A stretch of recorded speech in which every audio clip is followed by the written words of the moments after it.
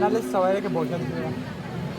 1947-এ BJP তত্ত্বের উপর ভিত্তি করে দেশ ভাগ করার পর পূর্ব পাকিস্তানের প্রতি পশ্চিম পাকিস্তানের ক্রমাগত বৈষম্য ও বঞ্চনায় এদেশের জনগণের মনে তৈরি হতে থাকে চাপা ক্ষোভ।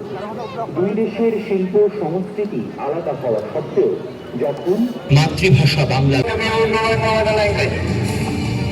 1952 সালে এদেশের ছাত্র জনতা রাষ্ট্রভাষা বাংলার দাবিতে 144 ধারা ভঙ্গ করে নেমে আসে রাস্তায়।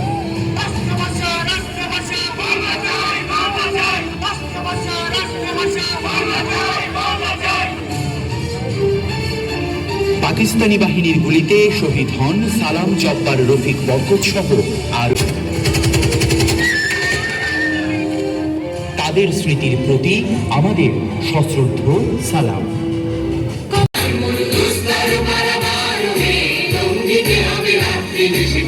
Give me